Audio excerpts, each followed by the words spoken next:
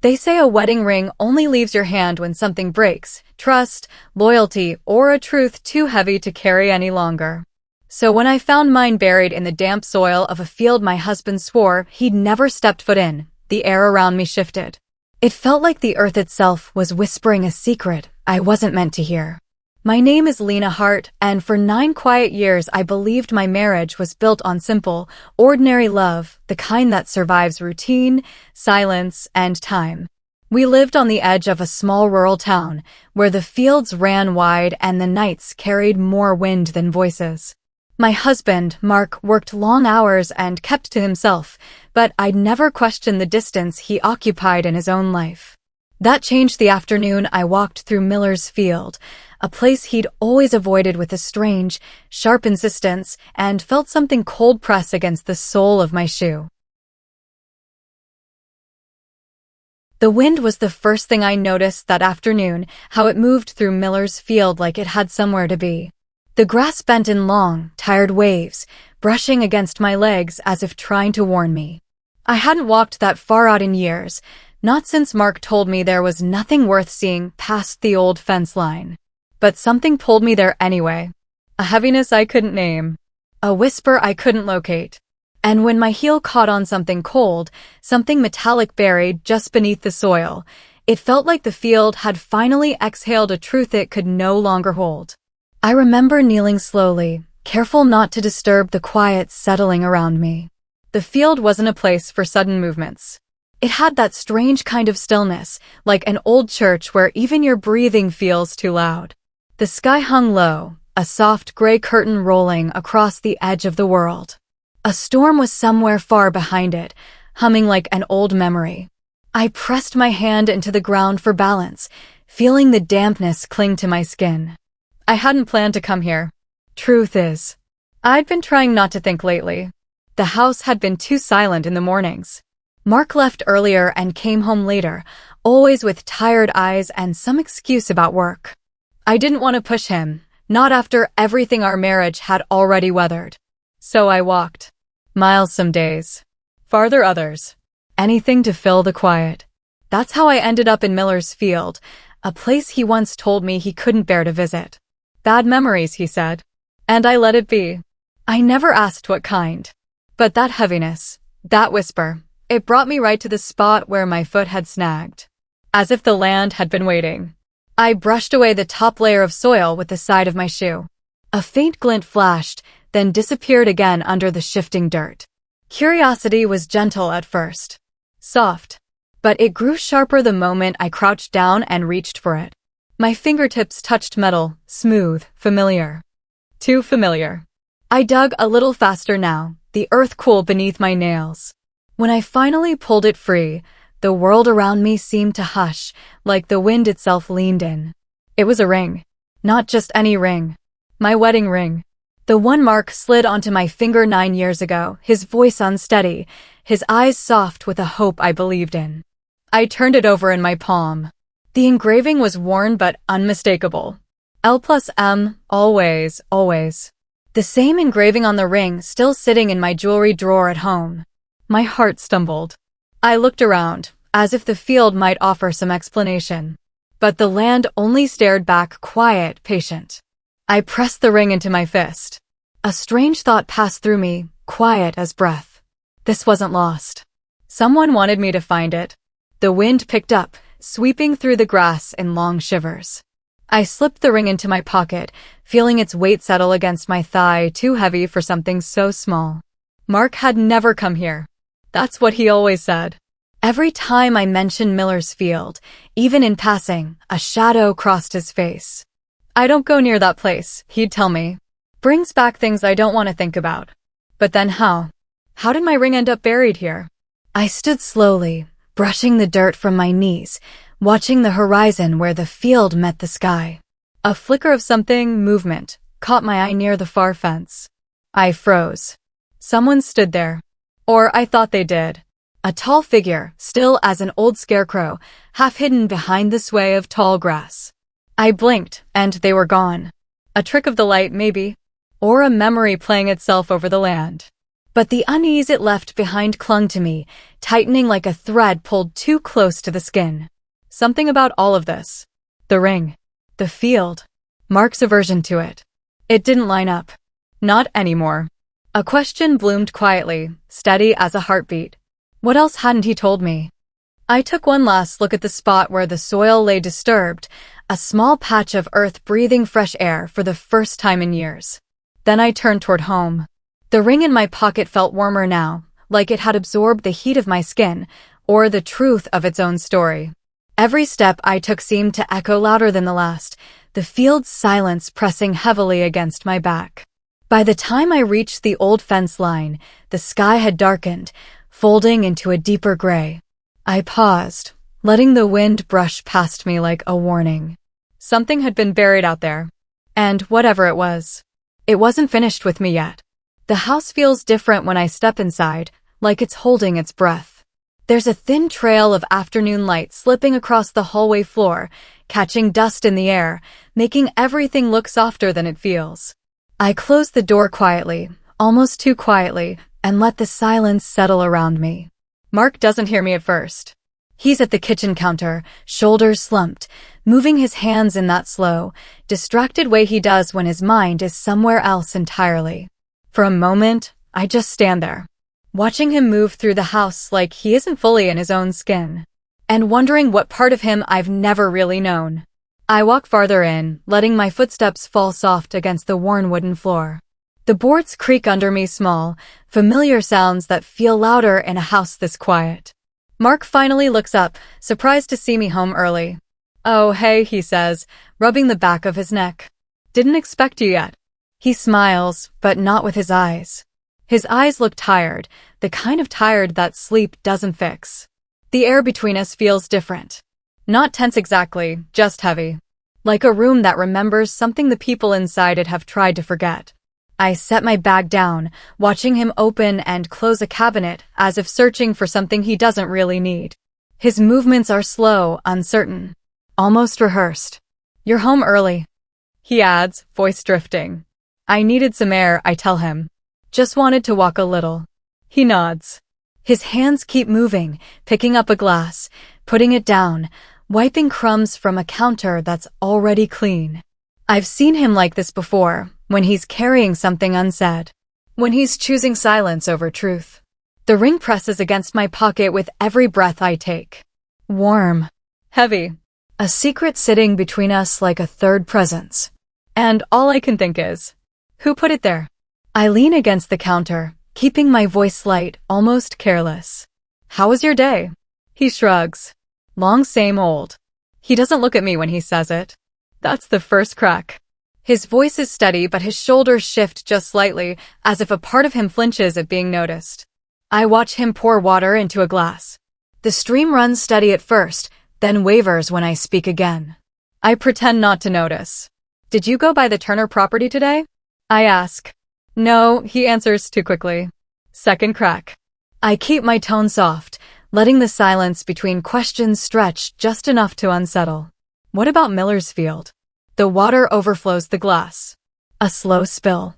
He curses under his breath, setting the pitcher down with more force than he means to.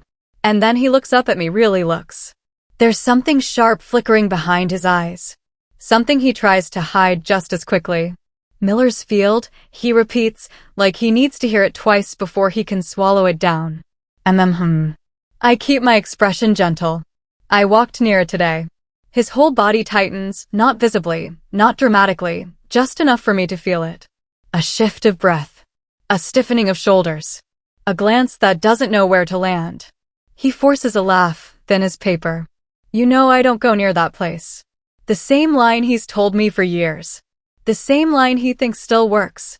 I nod slowly, watching the way his fingers fidget with the edge of the countertop. "But why again?" I ask softly. "You never really told me." His jaw tightens just barely. "I told you." "Bad memories." "From what?" He looks away, toward the window, toward the yard, toward anything that isn't my eyes. "Just childhood stuff," he mutters. "I don't want to think about it." He picks up the glass again as if the conversation is over, taking a slow sip that doesn't hide the tremor in his hand. I let the silence hold him for a moment. Sometimes silence tells the truth faster than questions do. So you definitely haven't been there since you were a kid? I ask, voice barely above a breath. He nods quickly. Too quickly. Of course not. His eyes flicker back to me, searching for something reassurance, maybe. An escape. What's with all the questions? He asks, a smile tugging at his mouth but never reaching his face. I give him the answer he needs, not the one I'm carrying. Just curious, I say, shrugging lightly. I haven't been out that way in a long time. His shoulders drop an inch. Relief. He thinks the moment has passed. But the ring in my pocket tells me otherwise. We move around each other in the kitchen, quiet, careful, two people occupying the same space, but circling different truths. Mark hums to himself as he puts dishes away, like a man trying to sound normal. I watch him from the side of my eye, watching the tension fade from his posture inch by inch as he convinces himself I didn't notice anything. The ring presses against my leg with every small movement I make, warm now, almost pulsing. A reminder. A question. A warning. He dries his hands, glances at me, and offers a soft smile. The kind meant to close a door. But all I can think is, if he hasn't been near that field in decades, why does the name still make him flinch? The bedroom is quiet, too quiet for the hour. A single lamp throws a pool of yellow light across the dresser, catching dust motes drifting like tiny lanterns in the air. I kneel slowly on the carpet, listening to the faint hum of the fridge from the kitchen downstairs. My fingers hover over the drawer handle. I've opened this drawer hundreds of times, always the same rhythm. Small boxes, folded cloth, the silver chain he bought me one Christmas. Tonight, it feels heavier, as if something is waiting. I pull it open, careful not to let the hinge creak. And the first thing I see makes my breath catch. The ring lies there, gleaming softly in the lamplight.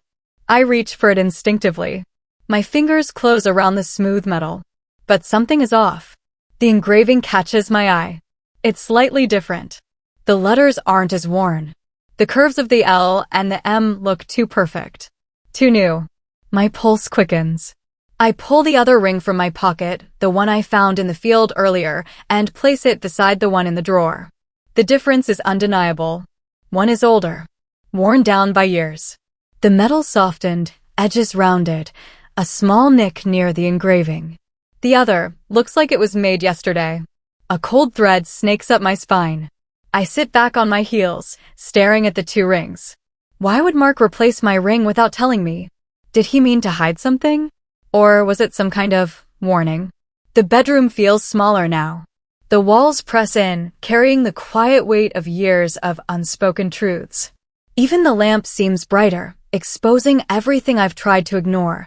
The creak of the floorboards, the dust lining the corners, the faint scent of his cologne lingering in the air.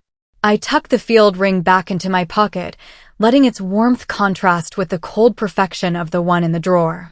And suddenly, the room feels like a place I don't belong. I lift the drawer slightly, as if moving it will reveal something hidden beneath. The silver chain, a few mismatched earrings, a pressed flower from a forgotten bouquet, all unchanged. Only the ring is different.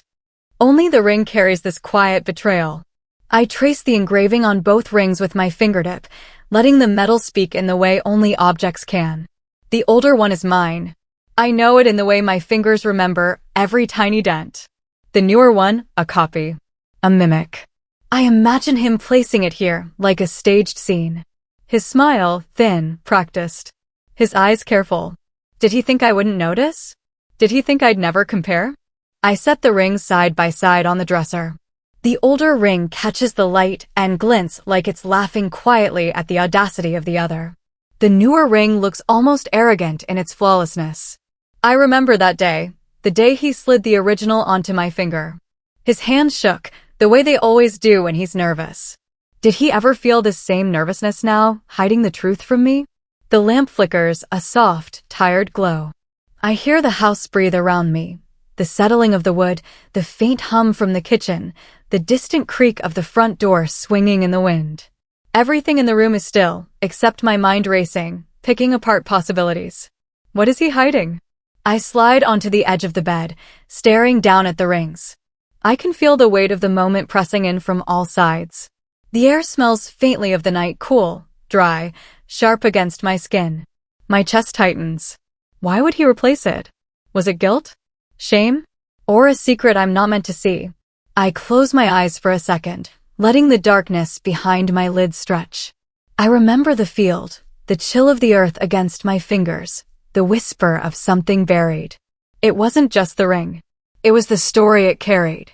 I set the new ring back in the drawer with deliberate care. The drawer closes with a soft click, like a door sealing a secret. I sit there, hands folded in my lap, listening to the quiet that fills the bedroom. Everything is still, but nothing feels right. I can feel his presence even when he's not here. The room remembers him. The drawer remembers him. Even the rings remember him. And I realize this is no accident. He wants something to remain hidden. Or perhaps he's trying to rewrite what I already know. A shiver runs down my spine. And I can't tell if it's fear or anticipation. I stand, brushing imaginary dust from my jeans, pretending the drawer is just a drawer. The rings lie quietly now, one hiding its history, one holding it openly. I step toward the window, resting my hands on the sill. The moon spills pale light across the yard, highlighting shadows that feel sharper tonight. I press my palm to the glass, feeling the cold seep in. Somewhere out there, secrets drift like the wind, too small to see but heavy enough to carry. I tuck the older ring back into my pocket, letting its warmth anchor me. And I know one thing, I have questions now that can't wait. Because if he replaced it, then what else has he been hiding? The night hums quietly around me. And I feel the weight of all the stories yet to come. The field is quiet, except for the soft rustle of tall grass brushing against itself. The sun is low, spilling orange and gray across the horizon, and the shadows stretch long like fingers across the ground. I step carefully over the uneven earth, boots sinking slightly into the damp soil. Somewhere, a bird calls, then silence. The wind moves differently here, carrying a chill I didn't expect. And that's when I see him. A figure at the far fence line. Thin. Hunched. Watching me. He doesn't move. Not yet. But his presence presses against the quiet, like the field itself has shifted just to make room for him. I pause, letting the air fill my lungs, slow and shallow. The field is wide, stretching farther than I remember, the grass tall enough to hide most of what lies beneath. The light bends oddly over the ground, making the fence posts long and crooked in the dim glow. My heart beats too loud, too fast. I remind myself to breathe. The ring in my pocket presses warmly against my thigh. I can feel it there. A tether. A reminder of why I'm here. I take a slow step forward. Then another. Each footfall soft, careful. The man doesn't move. Just watches. A shadow stitched into the landscape. The wind lifts my hair across my face, brushing cold against my cheeks. I push it behind my ear, pretending I'm calm. I pretend this is normal. But the hair on my arm stands anyway. Somewhere deep, an instinct I can't name whispers. Pay attention. Watch him. Don't look away. I grip the ring in my pocket, as if it will tell me what to do. As if it can answer the question that's settled in my chest. Why is he here? I step closer, boots brushing the tips of the grass, leaving small impressions behind. The man doesn't flinch. Not even a twitch. I stop a few yards away, letting the distance stretch between us like an unspoken rule. He tilts his head slightly, as if acknowledging my presence without speaking. His silhouette is thin, almost fragile, hunched forward like he's carrying something too heavy to name. I take another step. Then another. And suddenly, he's gone. Vanished into the tall grass as if he were never there. My chest tightens. I scan the field. Every fence post. Every tuft of grass. Nothing moves except the wind and the faint sway of weeds in its path. A chill slides down my spine, deep into my bones. I crouch slightly, peering into the swaying grass, imagining him somewhere just out of sight. Was it real? Or my imagination playing tricks after all I've discovered? The ring presses against my pocket. I pull it out briefly, holding it in my hand, letting the metal warm against my skin. And I wonder, is someone else watching me? Someone else keeping track of what I've found? I walk slowly along the edge of the field, circling near the fence line. The air is colder here, carrying the scent of wet earth and something faintly metallic. Each step makes the grass whisper, soft and secretive, like it's sharing stories it doesn't want me to hear. I stop. Listen. A crow caws somewhere far off, sharp and sudden, echoing across the empty space. I shiver. I realize the field feels different now. It isn't just land. It's a place alive with memory, with secrets. I glance back at the spot where I thought I saw him. Nothing. Only the fence, crooked and gray. Only the grass, swaying lazily. I drop to my knees, fingers brushing the damp earth, as if I could feel his presence buried somewhere between the roots and soil. Why would anyone be here, watching me? The thought circles in my mind. The ring. The field. The man who vanished as I approached.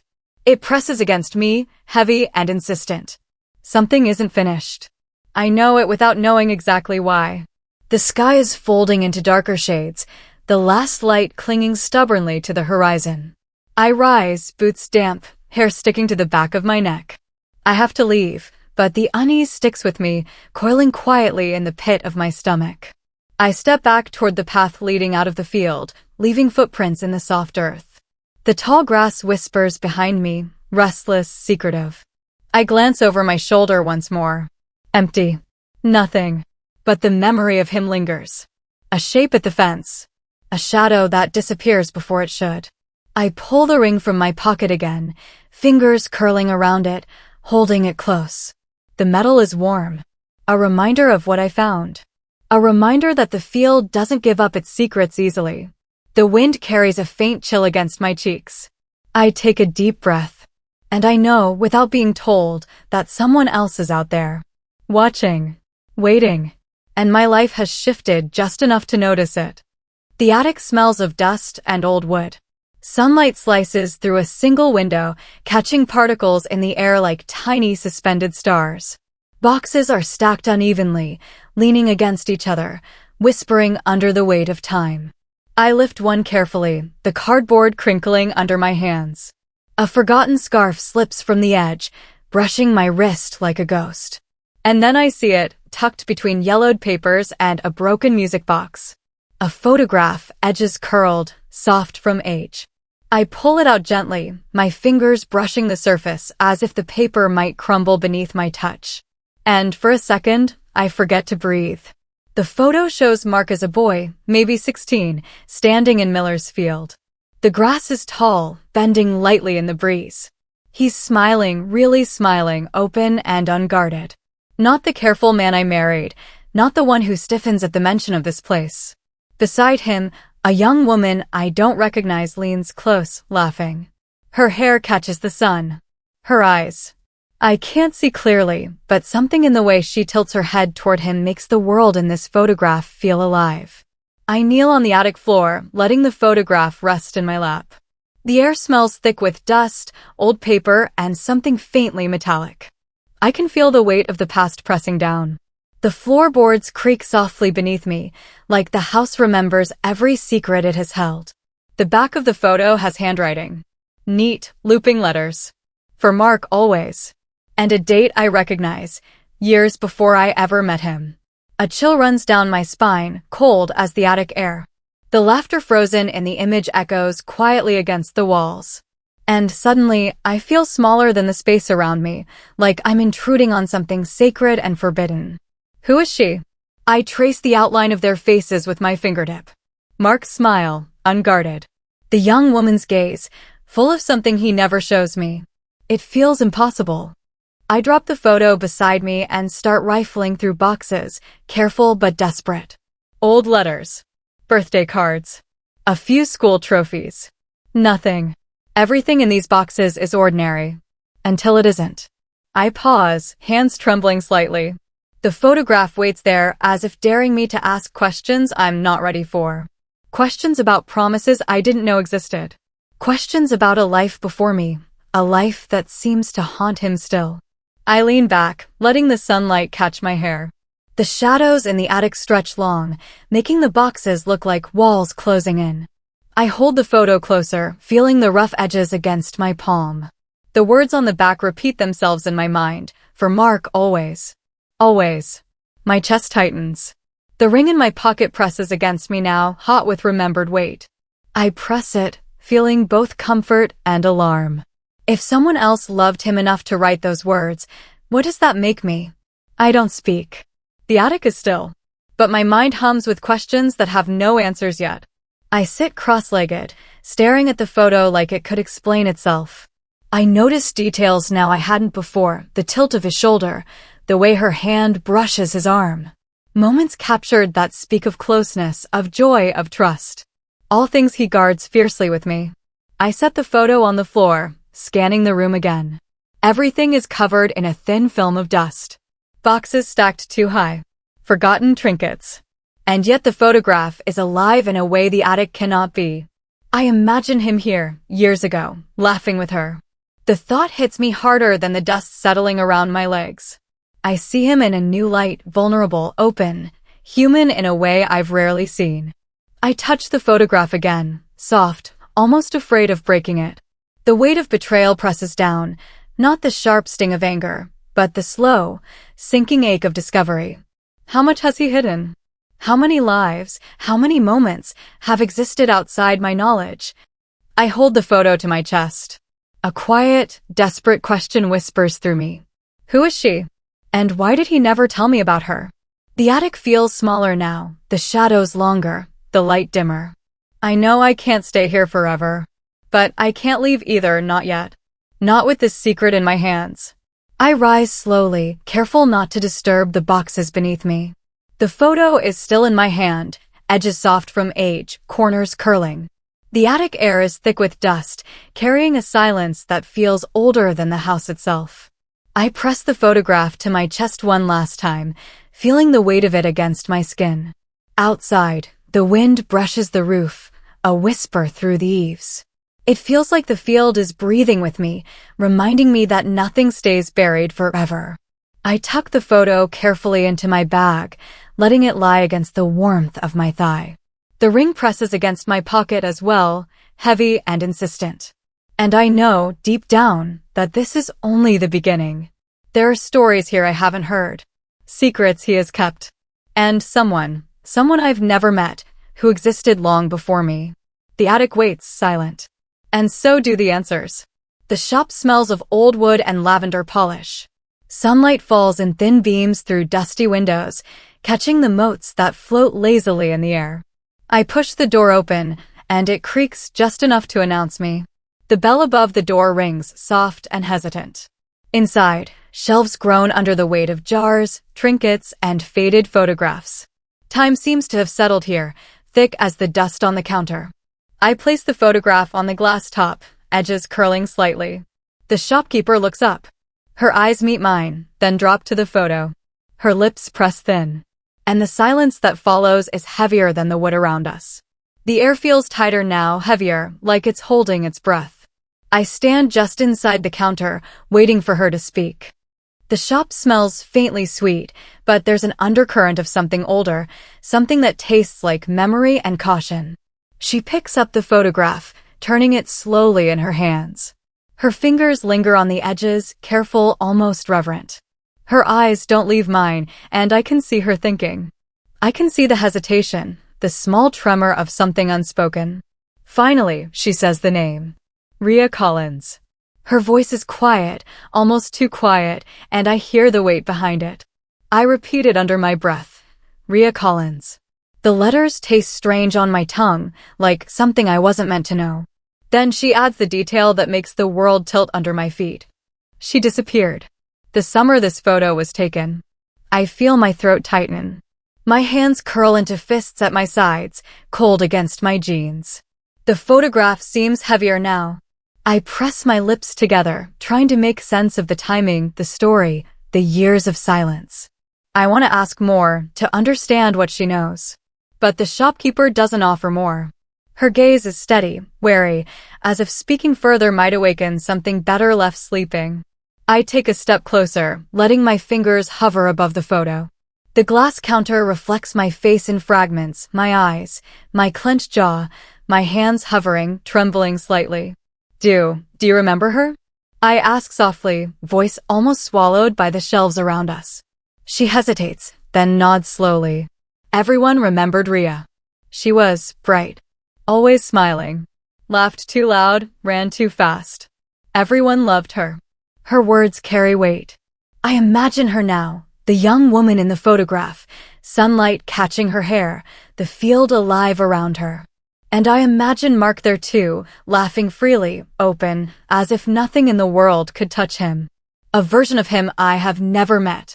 The shopkeeper lowers her gaze, voice softer now, tremulous. But she went missing. Just like that. Nobody knew where. The summer of '92.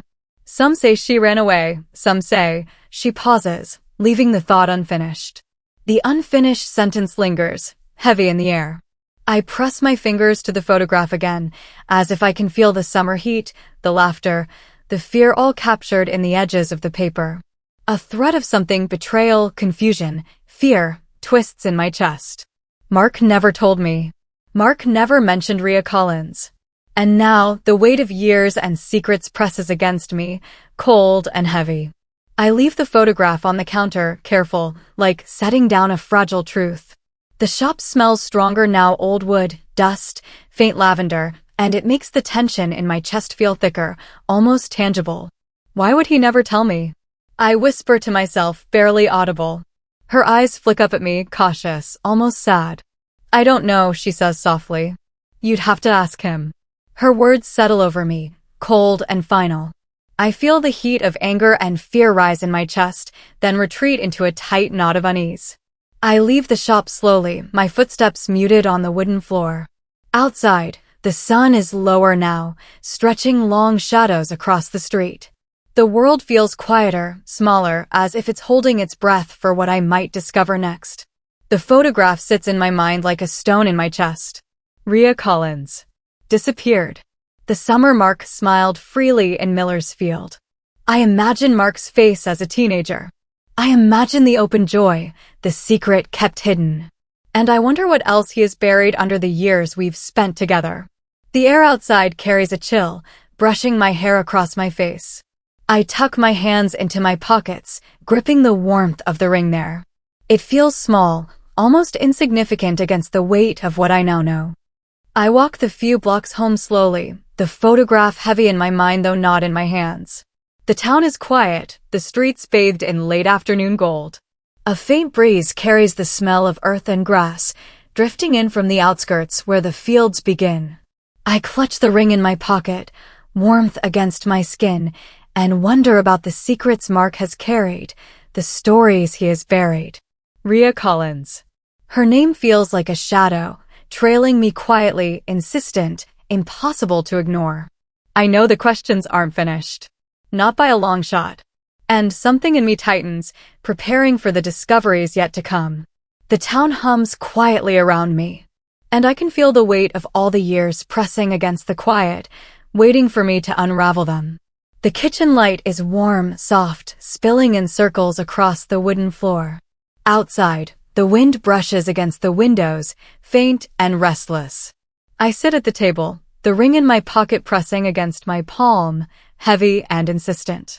Mark moves around the kitchen quietly, the scrape of his shoes against the floorboards sounding louder than usual.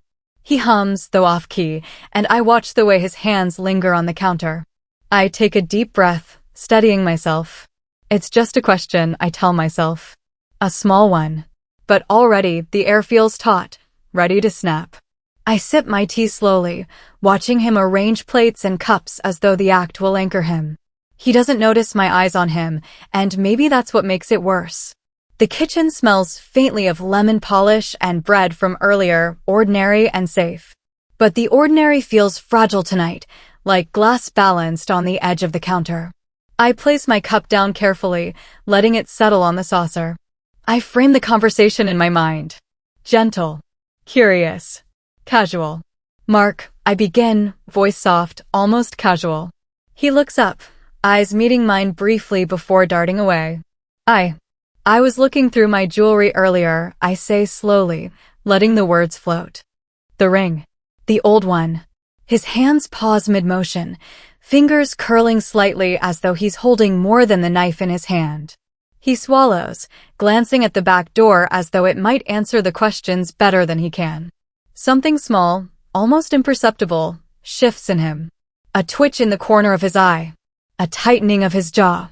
And I realize immediately that this simple question has touched a deeper current, one I didn't expect to find. I thought it was mine, I continue softly. I didn't realize there were two.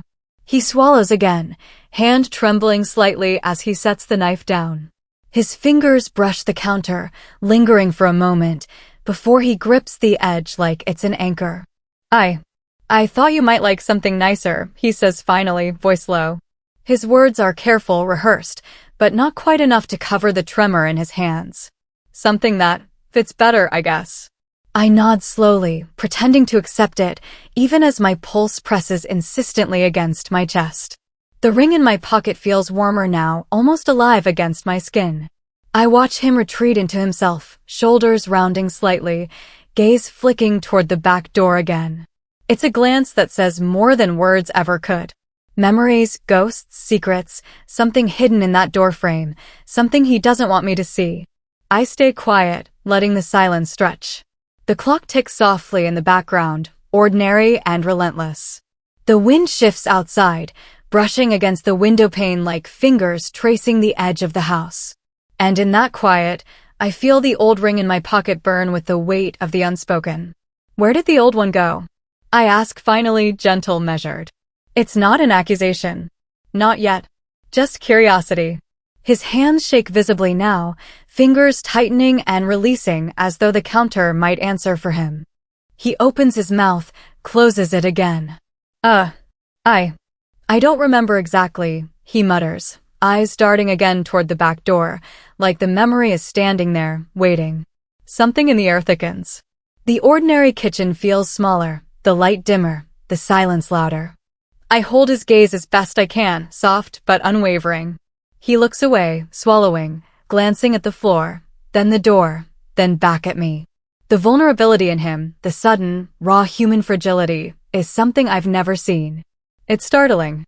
It makes the ring in my pocket feel heavier still. A simple question, but it has unraveled him, peeled back years of careful composure. And I realize, what seems ordinary, what seems safe, has always been built on careful omissions. He exhales, small and shaky. I wanted you to have it, he whispers finally. His voice carries more than comfort. There's fear there. And maybe something else, regret, guilt, or simply the weight of things left unspoken for far too long. I leave the question there, unsaid beyond what is necessary. The kitchen is quiet again, except for the faint hum of the refrigerator and the distant whistle of wind outside. He returns to arranging the table silently, hands still trembling slightly. I feel the old ring burn softly in my pocket, heavy with the truth we haven't named. A small, ordinary object holding something enormous, something years in the making. I sip my tea slowly, letting the warmth settle against my chest. Mark doesn't look at me, but I see the tension lingering in his shoulders, the eyes that keep glancing to the past instead of me. And I know, quietly, that this is only the beginning. A single question has cracked open the careful life we've built, and I can feel the edges of what's hidden waiting to be revealed. The evening stretches long, soft shadows crawling along the walls. And I hold the ring in my pocket, pressed against my palm, knowing the next answer will change everything.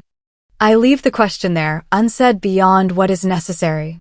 The kitchen is quiet again, except for the faint hum of the refrigerator and the distant whistle of wind outside.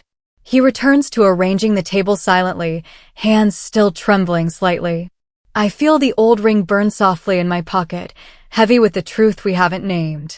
A small, ordinary object holding something enormous, something years in the making. I sip my tea slowly, letting the warmth settle against my chest. Mark doesn't look at me, but I see the tension lingering in his shoulders, the eyes that keep glancing to the past instead of me. And I know, quietly, that this is only the beginning. A single question has cracked open the careful life we've built, and I can feel the edges of what's hidden waiting to be revealed.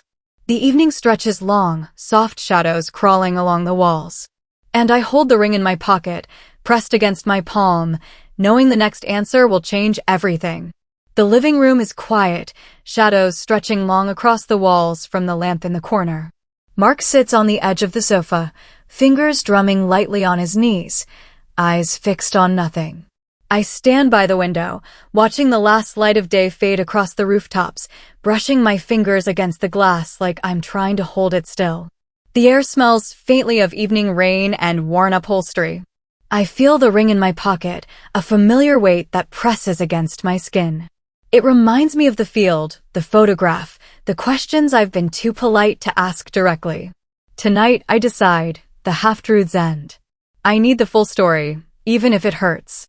I sit down across from him, careful not to let the chair scrape too loudly against the floor. The room hums with quiet tension, the kind that fills spaces when words are waiting, heavy with restraint. Mark doesn't meet my eyes. Instead, he traces the seams of the sofa cushions with his fingertips, slow and deliberate. I watch him, listening to the small sounds, the faint creak of floorboards, the hum of the refrigerator in the kitchen, the soft whisper of wind against the windows. I need to know, I say finally, soft but firm. The words float between us, fragile and yet unyielding. About the field. About Rhea. About the ring. His shoulders stiffen. A flicker of something, fear, guilt, hesitation, crosses his face. He inhales slowly, as if trying to draw courage from the quiet room. And then he says it. I used to go there, often, his voice low, deliberate. Back when I was a teenager. But I stopped. After something tragic happened. I nod, silent, letting the words settle. Something tragic. Not explained. Not expanded. Just enough to sting, just enough to make the room feel smaller, the shadows heavier. I shift in my seat, careful, letting my hands rest in my lap. Tragic? I ask softly, not accusing, just curious, desperate for a clue. He hesitates. His fingers flex and relax on his knees. I don't want to go into it, he murmurs. I want to protect you from old wounds. Things that shouldn't touch your life now. The weight of his half-truth presses against me like a hand over my chest. I swallow, feeling the heat rise to my cheeks. My patience thins. The soft veil of normalcy in our home starts to tear at the edges. I let the silence stretch a moment, listening to the subtle creaks of the house. The old sofa sighs under his weight, the wind rattles a window pane, and the room feels alive with what is left unsaid. I reach for the ring in my pocket, letting the metal press into my palm. The touch anchors me. A trivial object, yet carrying the weight of decades, of secrets, of unspoken fear. I can handle it, I say softly, steady, trying to bridge the distance in the space between us. I need the truth, Mark. Not half-lies. Not shields. He exhales slowly, gaze flicking briefly to the window, to the fading light outside. I can see him weighing it, the struggle to protect versus the pull of confession. Finally, he meets my eyes. The first time tonight. There's a raw vulnerability there, a trembling that's not just in his voice anymore. It's in his posture, the tremor of his hands resting on his knees. I shouldn't have left things like this, he whispers. I went to the field, after she disappeared. Rhea. That summer. I thought maybe I could find her. But it was bad. Worse than I imagined. Something I can't take back. His voice falters. The words hang between us unfinished, like smoke curling into the ceiling. I feel the old ring burn against my skin, as if it knows the story before I do. He shakes his head, running a hand through his hair, eyes glistening faintly. I wanted to protect you, he says again, softer, almost pleading. From the pain I carried, from the mistakes, the things I wish I hadn't seen. The room feels suspended. The shadows stretch further, the last light dying in the corners. And I understand, just a little, the depth of what he has buried all these years. But understanding doesn't fill the emptiness. It only sharpens the edges, makes me feel the hollow where trust and knowledge used to live. I know now that the ring, the field, Rhea, they are all threads in a story that has always been tangled, waiting for me to unravel it. I sit quietly, letting his confession settle in the room, thick and unmovable. The wind outside presses against the windows, a soft, insistent reminder of the world beyond our walls. Mark buries his face in his hands. I can hear his heartbeat through the quiet room, fast, uncertain, human.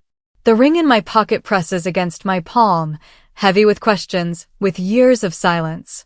A small, tangible piece of what has been hidden, now bridging the gap between past and present. I inhale slowly. There's no anger yet, no accusation, just the weight of the truth stretching across the space between us. And I know, quietly, that the story is far from over. The field, the photograph, the old ring, they are all pieces waiting to fall into place. And the next discovery will demand answers I'm not sure I'm ready for. The sun is just a thin line on the horizon, brushing the tops of Miller's field in pale gold. Dew clings to the grass, heavy on my shoes, wet and cold against my skin. The air smells of damp earth and morning chill, a quiet that presses against the ears.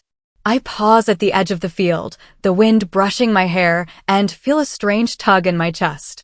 Something is waiting here. I don't know what exactly, but the instinct feels urgent, insistent. A whisper of the past brushing against the present. I take a careful step forward. Then another. The field seems endless, empty, but I know better. The grass bends under my feet, slick and glistening with dew. Each step feels louder than it should, each crunch of the earth carrying a strange significance. I remember Mark's words from the night before, his confessions about the field, the tragedy, and Rhea.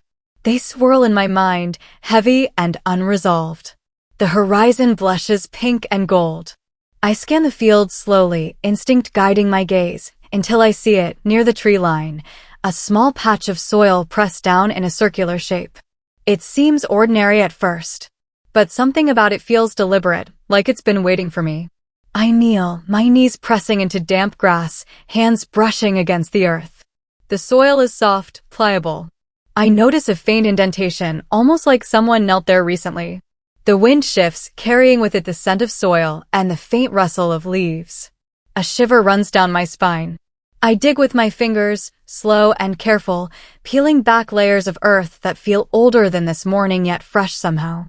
My hands strike something solid, a box, small and wooden, roughened by soil and time. I pull it out slowly, brushing away clinging dirt, careful not to disturb what lies inside.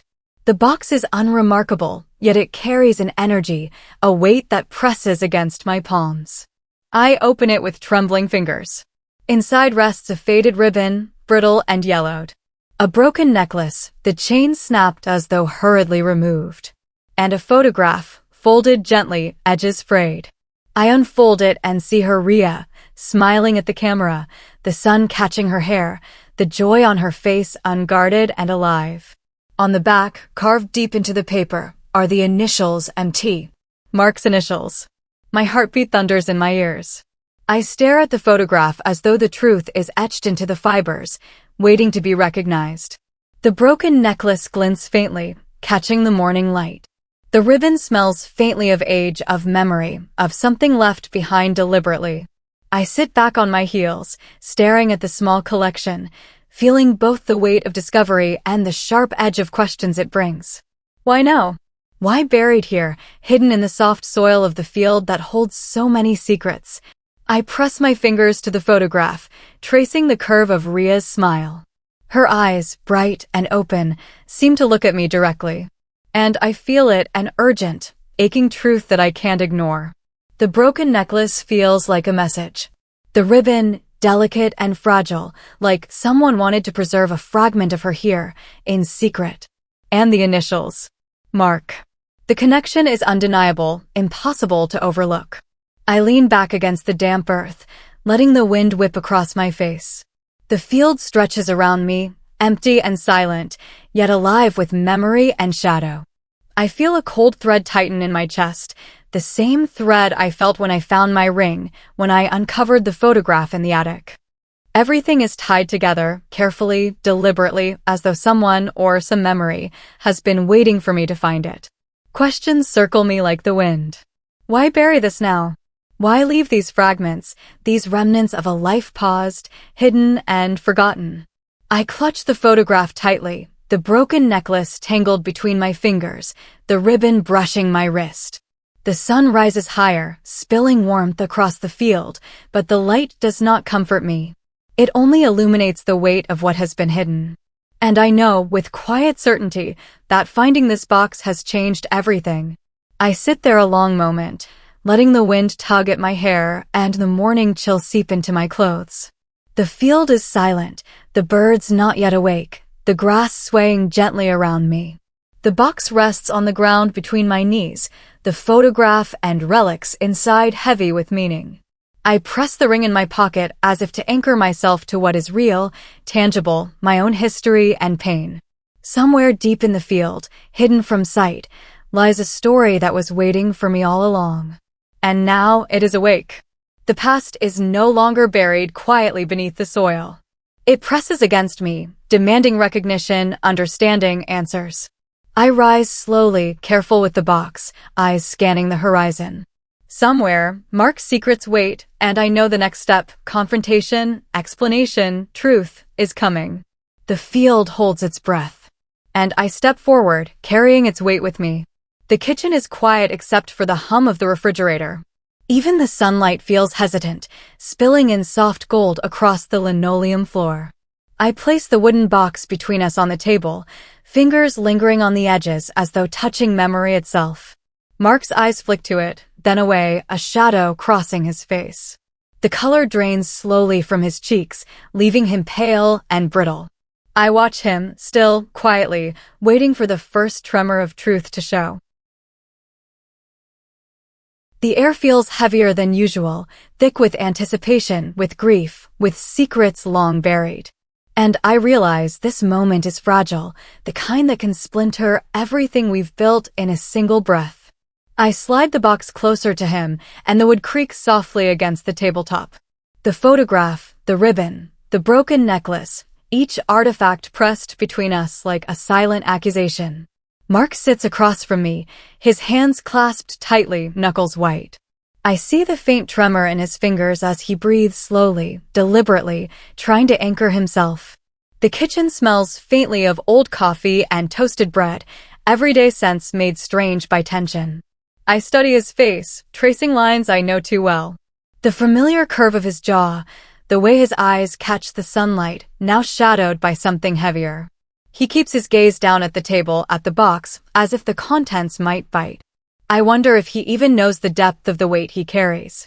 I feel my pulse thrum in my ears, my hand brushing over the hidden ring in my pocket. A mix of fear and curiosity courses through me, quiet and insistent. I don't speak immediately. I wait. The silence stretches. Finally, he exhales a long, shuddering breath and lifts his eyes to mine, raw and unguarded for a fleeting moment. I buried it, he says, voice low, almost breaking. The words hang in the air, tremulous, fragile. I watch him lean back, the chair scraping faintly against the floor. Rhea, she was my first love, he continues, hands ringing in his lap. She vanished after we argued here, in the field. I don't know what happened, but I couldn't. I couldn't let it go. The tremor in his voice is subtle, but it reaches me, stirring a mix of sorrow and confusion. He tells me about the keepsakes, the ribbon, the broken necklace, the photograph, and how he buried them out of grief, out of guilt, out of something heavier than words. He insists he never harmed her, never intended harm, only that the memory haunted him. I trace the edge of the photograph in the box, Rhea's smiling face frozen in time. The sunlight catches the faded ribbon, the broken chain of the necklace. Everything seems both present and impossibly distant. Mark's gaze meets mine briefly, fleeting and searching, a question hidden behind fear. I feel the tension between us, the unspoken weight of what he's revealing. Every word he utters seems to float in the space above the table, heavy with years of regret. And yet, a part of me recoils. If he's telling the truth, then who placed my wedding ring in Miller's field? I lean forward, resting my elbows on the table, fingers brushing the edge of the box. Why didn't you ever tell me? My voice is low, quiet, but it trembles with something beneath patience, something I can't name. Mark swallows hard. I thought I was protecting you, he whispers. From old wounds, from pain I carried for years. I didn't think it would matter, not like this. He looks down at his hands, still trembling slightly, as if the motion itself might shatter him. The kitchen feels smaller, tighter, the air pressing between us like the weight of decades. I study his eyes, searching for the truth. Remorse? Fear? Guilt?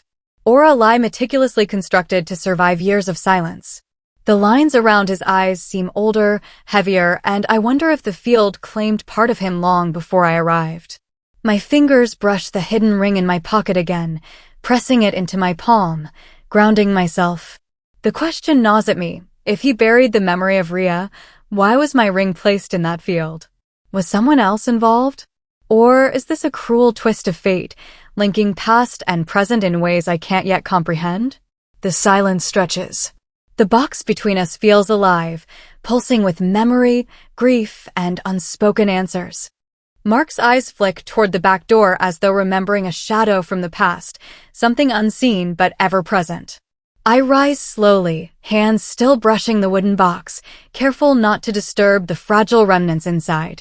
The kitchen is quiet again, sun spilling pale light across the floor, and I feel the weight of what he's revealed pressing against my chest. Mark remains seated, staring at the box, his hands still trembling, his face a mixture of relief and fear. I clutch the ring in my pocket, its cold weight grounding me, tethering me to reality amid the storm of half-truths. Something in the field, something in the past, is still unsettled. I know I cannot rest until I understand it fully. The secrets buried in soil, in hearts, in shadows, they are calling me forward. And I will follow, even into the dark corners of memory, even if it means facing truths that were never meant to be uncovered. The sun rises higher, and I step back from the table, the box between us a silent testament to love, loss, and the things we bury alive. The field stretches wide under the pale morning sky, dew settling like frost on the tall grass. I walk slowly, the soft crunch of earth beneath my boots the only sound besides the wind whispering through the stalks. Every step carries memory, the buried ring, the photograph, the weight of questions that have haunted me for weeks. Then I see him. Not a shadow this time, but a man stepping from the tree line, weathered and still, like he belongs to this quiet place. His presence is calm but heavy, carrying a grief that feels familiar in some unspoken way. I pause, unsure whether to approach or flee. And in that silence, I realize this final visit might finally untangle the threads that have haunted both our lives. I stop a few feet away, watching him stand between the grass and the horizon. His posture is slumped, not from age alone, but from years carrying something too heavy to set down. I can see lines etched into his face, tired eyes, a jaw set with quiet sorrow, hands clasped in front as though holding memories rather than a body. The wind lifts the loose strands of my hair across my face, and I blink against the morning light. My heartbeat is loud in my chest, carrying the weight of everything I've discovered, the hidden box, the photograph, Rhea's ribbon, Mark's silent confessions. I clutch the ring in my pocket as though holding on to it might tether me to understanding. I take a cautious step closer, unsure how to begin, unsure how to ask the question that has been gnawing at me for weeks. He doesn't move, doesn't speak. I notice the quiet confidence of someone who has carried grief for decades and knows its weight intimately. And in that moment, I sense that whatever answers I will get, they will not be simple, nor will they bring the closure I thought I wanted. Finally, he speaks, voice low, carried with the kind of quiet that belongs to people who have witnessed too much. "I'm Rhea's brother," he says. His words hang in the morning light, soft but solid, shaping the space between us. I blink, swallowing, unsure what to say, unsure if I'm ready to hear the truths he carries. He steps closer, the tall grass brushing against our knees as he kneels slightly, placing a hand gently on the soil. "I found your ring," he continues, "years ago, in the box Mark kept. I didn't know what to do with it, and then recently, I buried it here, hoping someone, maybe you, would find it." His gaze meets mine, steady but wary, a shared sorrow bridging our distance. The wind moves through the field, lifting the grass around us, and for a moment, the world feels suspended. I feel the cool morning air on my skin, the subtle damp scent of earth rising, grounding me to the truth that has eluded me. He explains carefully, each word deliberate, each pause weighted with memory. He wanted answers too, he says, answers about Rhea, about Mark, about the choices that had left so many lives suspended in silence. I listen, tracing the familiar landmarks of the field, the tree line, the space where shadows used to lurk. It feels like the final piece of a puzzle that has shaped my weeks, my nights, my doubts. As he speaks, I feel a strange clarity settling over me. The truth isn't tidy, isn't easy, isn't villainous. It is human. Grief, love, mistakes, and the desperate need to protect the ones we carry in our hearts. I let my gaze drift to the ground where the ring was buried, imagining the hands that placed it there, the care in the act, the hope that someone would understand. Rhea's brother watches me, quiet now, the weight of decades pressing down on both of us. There is no accusation, no blame, only the shared understanding of loss and love and secrets that grew too large to remain hidden. My chest tightens, a mixture of relief and sorrow swirling together. The wind lifts again, brushing against my cheeks, rustling the tall grass, and I realize that the field itself carries the story, whispered through every stalk, every shadow, every hollow where the past once lingered. I take a breath and look at him, seeing the reflection of what Mark might have been, what grief had made him into, and the choices he had carried silently for decades. The lines between past and present blur, and I understand finally that no single person bears the weight of truth alone. I feel the ring in my pocket, heavy with meaning, and I know that the decision of how to carry the next steps rests with me alone. I stand in the field, the morning light spilling over the horizon, painting the grass with gold. The man who was Rhea's brother nods once, softly, and steps back into the shadows, leaving the field as quiet as it was before he appeared. I feel the wind brush my face, carrying the scent of earth and memory, and I hold the ring tightly, its weight grounding me. The truth isn't simple, it isn't neatly wrapped, but it is human. It is sorrow, it is love, it is mistakes, it is memory. And I realize, as I walk back toward the path that leads home, that the question isn't just about Mark, or the past, or buried secrets. It's about whether what remains can endure, whether a marriage, a life, can survive the weight of what was left unspoken. The field whispers behind me, a gentle, haunting voice, reminding me that some shadows never fully leave, but they can teach us how to step forward anyway.